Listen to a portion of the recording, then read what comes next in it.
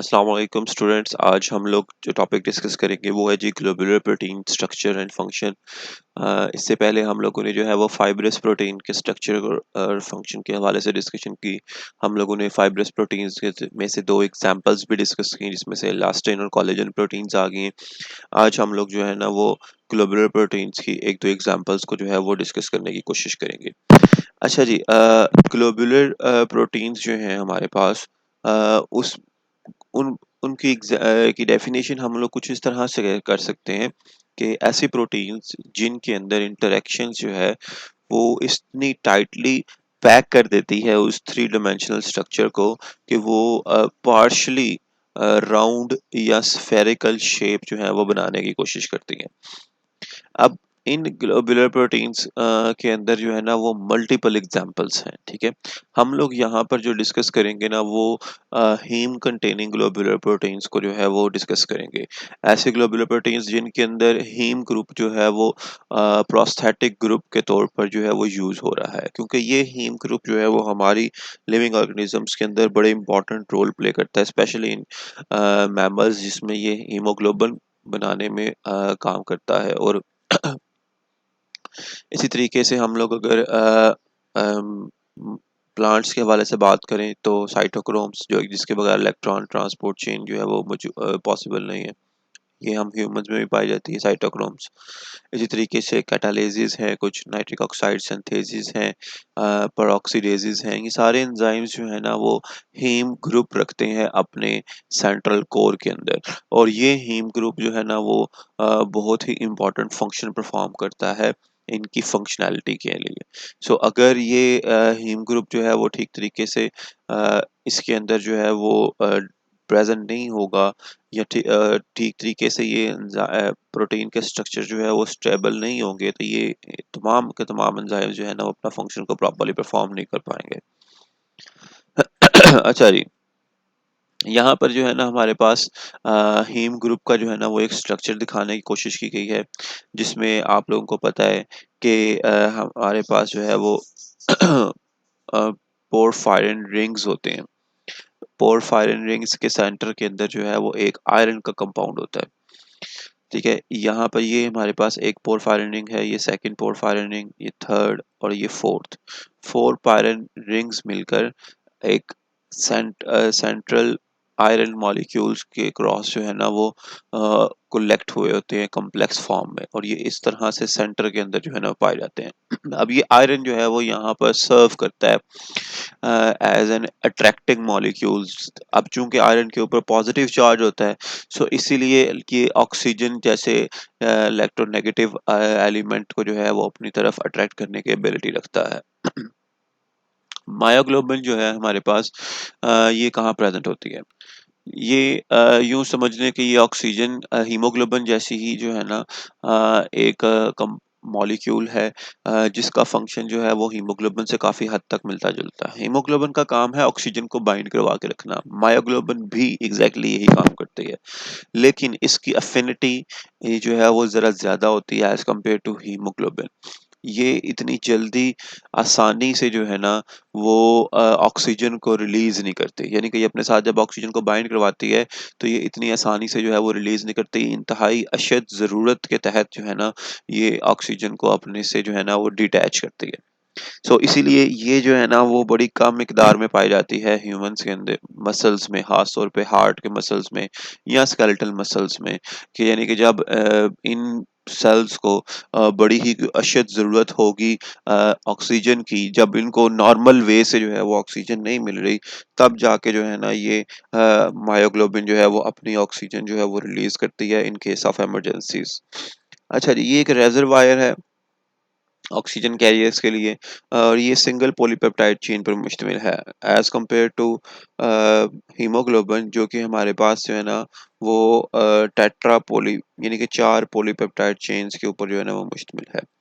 80% जो है वो अल्फा हेलिकल की फॉर्म में होती है, यानी कि 80% इसका जो है ना वो हेलिक्सेस ही मिलके बने होते हैं, बीटा शीट्स इसके अंदर जो है वो बहुत कम होती हैं।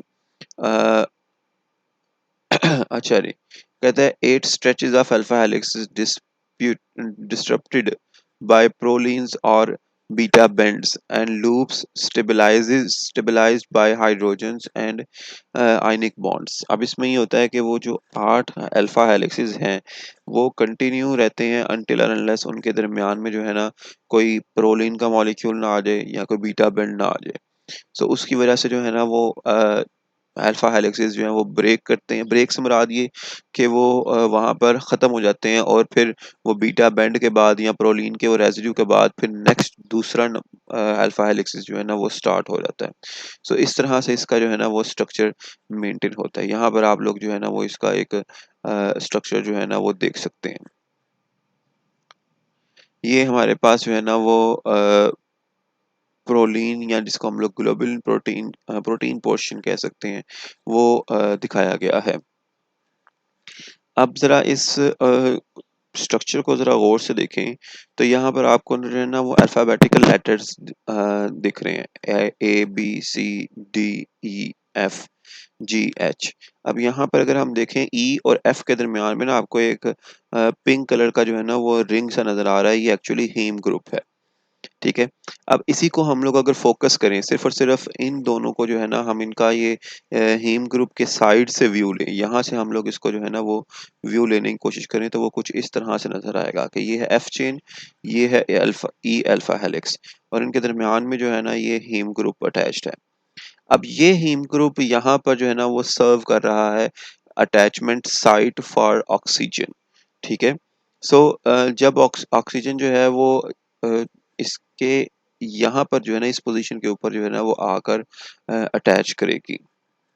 यहाँ पर आप इसका जो है ना वो स्ट्रक्चर देख सकते हैं कि ये कैसे ऑक्सीजन को जो है वो अपने साथ अटैच करने में हेल्प करता है। अच्छा जी, हीमोग्लोबिन की बात करते हैं।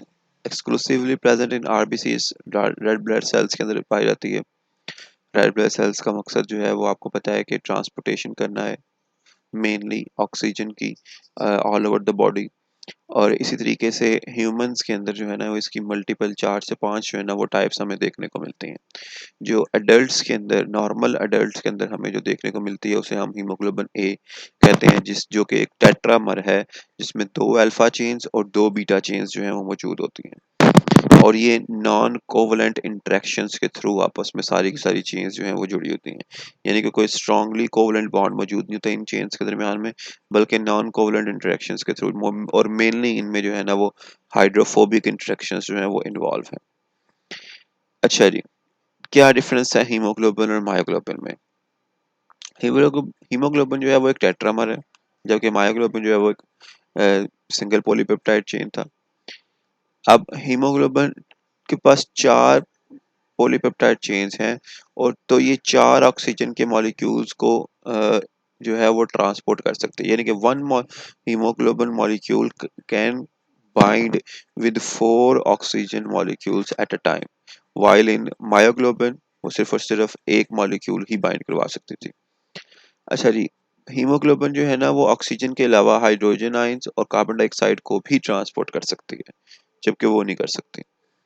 अब इसी तरीके से ये कार्बन मोनोऑक्साइड और नाइट्रिक ऑक्साइड को भी ट्रांसफर कर सकती है। अब इसमें सबसे इम्पोर्टेंट चीज जो है ना वो हीमोग्लोबिन में वो है जी एलोस्टेरिक इफेक्टर्स। कि एलोस्टेरिक इफेक्टर्स की वजह से इसकी ऑक्सीजन बाइंडिंग कैपेसिटी जो है ना वो वेरी कर जाती है। अब हम पहले देखते हैं कि ये एलोस्टेरिक इफेक्टर्स हैं क्या। एलोस्टेरिक इफेक्ट आप लोगों ने जो है वो बायोकेमिस्ट्री 1 में जो है ना एंजाइम के टॉपिक के अंदर जो है वो पढ़ा होगा।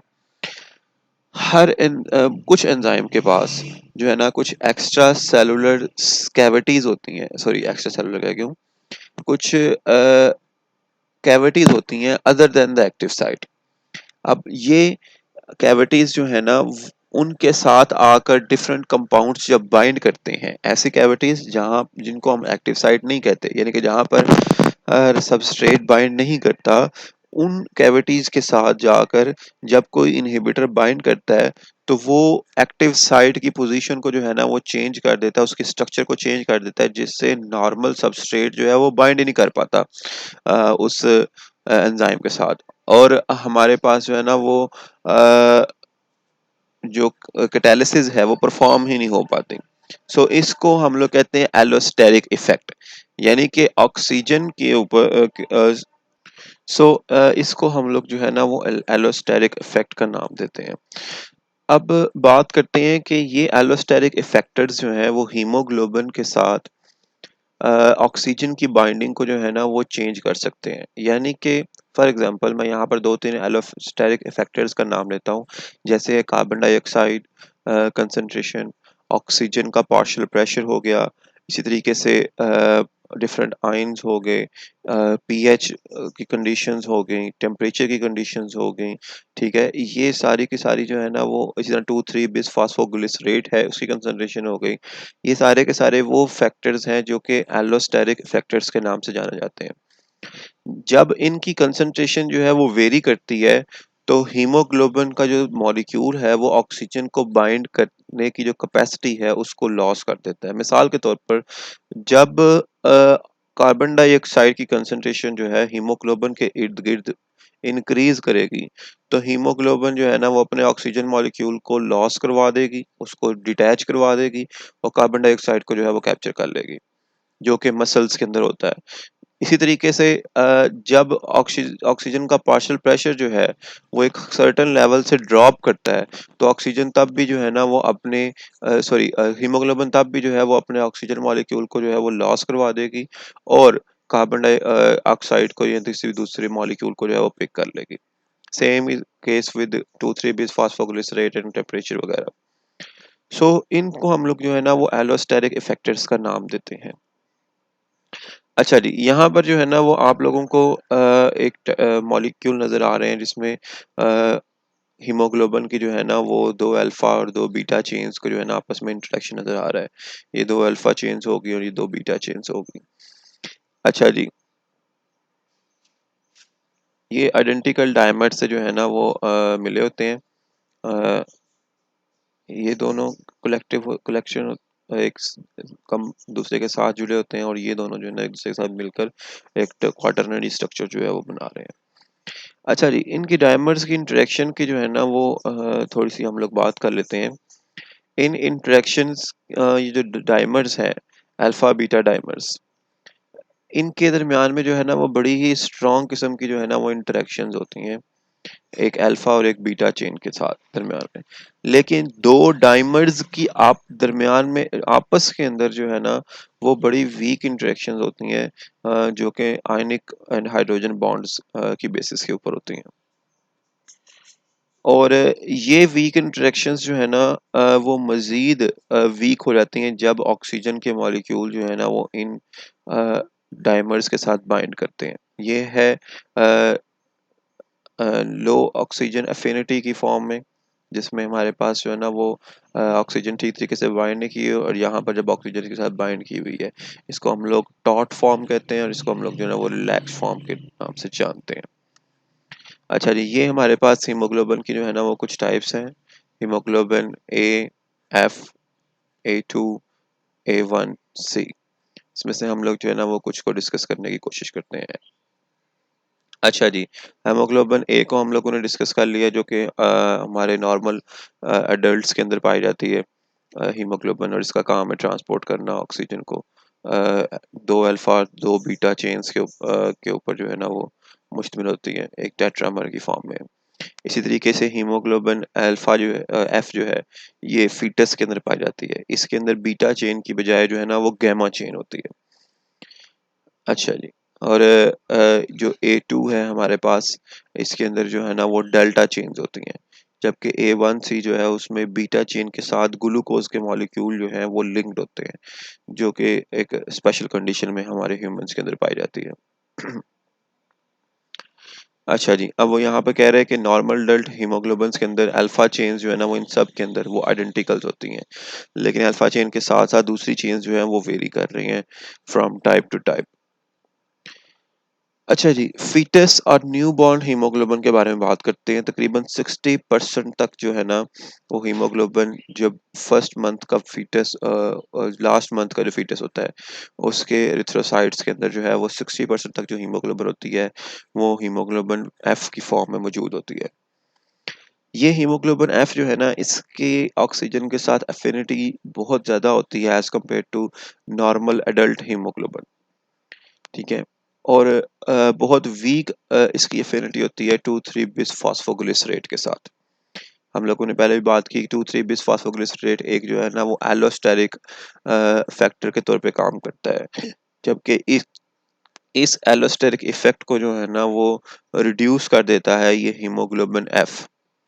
ग्लोबन चेन जो है हमारे पास वो हीमोग्लोबिन एफ की, उसके पास जो है ना वो कुछ पॉजिटिवली चार्ज अमीनो एसिड्स जो हैं वो कम होते हैं, जिसकी वजह से वो 2,3 बिसफॉस्फोग्लिसरेट को इतना अच्छा रिस्पांस जो है वो नहीं देता, बाइंडिंग का रिस्पांस जो है वो नहीं देता।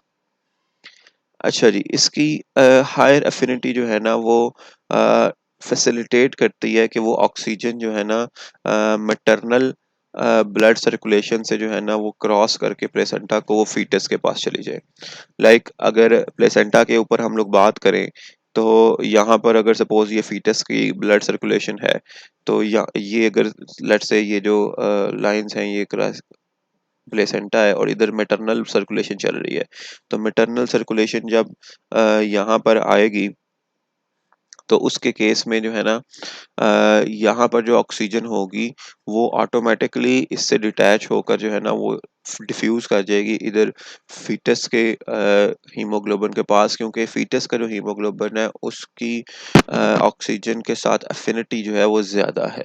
तो ये उसको हेल्प करता है लास्ट मंथ के अंदर जो है ना वो सरवाइव करने में, क्योंकि लास्ट मंथ में फीटस को ऑक्सीजन की ज़रूरत ज़्यादा होती है as compared to previous gestation periods. So इसलिए ये इसकी कंसंट्रेशन भी जो है ना वो बढ़ जाती है फीटस के लास्ट मंथ के अंदर। अच्छा जी, इसी तरह से बात करते हैं हीमोग्लोबिन A1C के अंदर। ये मोस्टली जो है ना इसके बारे में हम लोगों ने कहा था कि ग्लाइकोसाइलेटेड होती ये नॉर्मल हीमोग्लोबिन जैसी ही है, लेकिन आहिस्ता-आहिस्ता जो है ना वो इसकी नॉन एंजाइमेटिकल ग्लाइकोसाइलेशन होना शुरू हो जाती है। ग्लाइकोसाइलेशन का मतलब होता है ग्लूकोज या कार्बोहाइड्रेट के मॉलिक्यूल का अटैच हो जाना। जब ह्यूमन की नॉर्मल हीमोग्लोबिन काफ़ी लंबे अरसे तक जो है वो एक्सपोज्ड रहेगी एलिवेटेड लेवल ऑफ ग्लूकोज से, तो ऑब्वियसली ग्लूकोज का मॉलिक्यूल जो है वो उससे अटैच होना शुरू हो जाएगा। और ये किस केस में होता है? डायबिटीज मेलाइटस के केस में होता है। डायबिटीज के पेशेंट्स के अंदर जो है ना वो मोस्टली उसके एंड टर्मिनल रीजन के ऊपर जो वेलिन मॉलिक्यूल है उसके साथ यहाँ पर जो है ना ग्लूकोज का मॉलिक्यूल अटैच होना शुरू हो जाता है, जिसकी वजह से जो है हमारे पास ये टाइप की हीमोग्लोबिन जो है वो देखने को मिलती है। और ग्लूकोज के मॉलिक्यूल की इंटरेक्शन जो है ना वो ऑक्सीजन के साथ उसकी एफिनिटी को काफ़ी हद तक कम कर देती है। सो डायबिटिक पेशेंट जो है वो ज़्यादा अच्छे तरीके से जो है वो ऑक्सीजन को ट्रांसपोर्ट नहीं कर पाता, इसी हीमोग्लोबिन की मॉडिफिकेशन की वजह से। होप सो कि ये टॉपिक जो है ना वो आप लोगों को क्लियर हुआ होगा। इससे अगले टॉपिक को हम लोग जो है ना वो इंशाल्लाह नेक्स्ट लेक्चर के अंदर डिस्कस करेंगे। किसी पॉइंट की अगर समझ नहीं आई तो प्लीज़ कमेंट में पूछिएगा। टिल देन अल्लाह हाफ़िज़।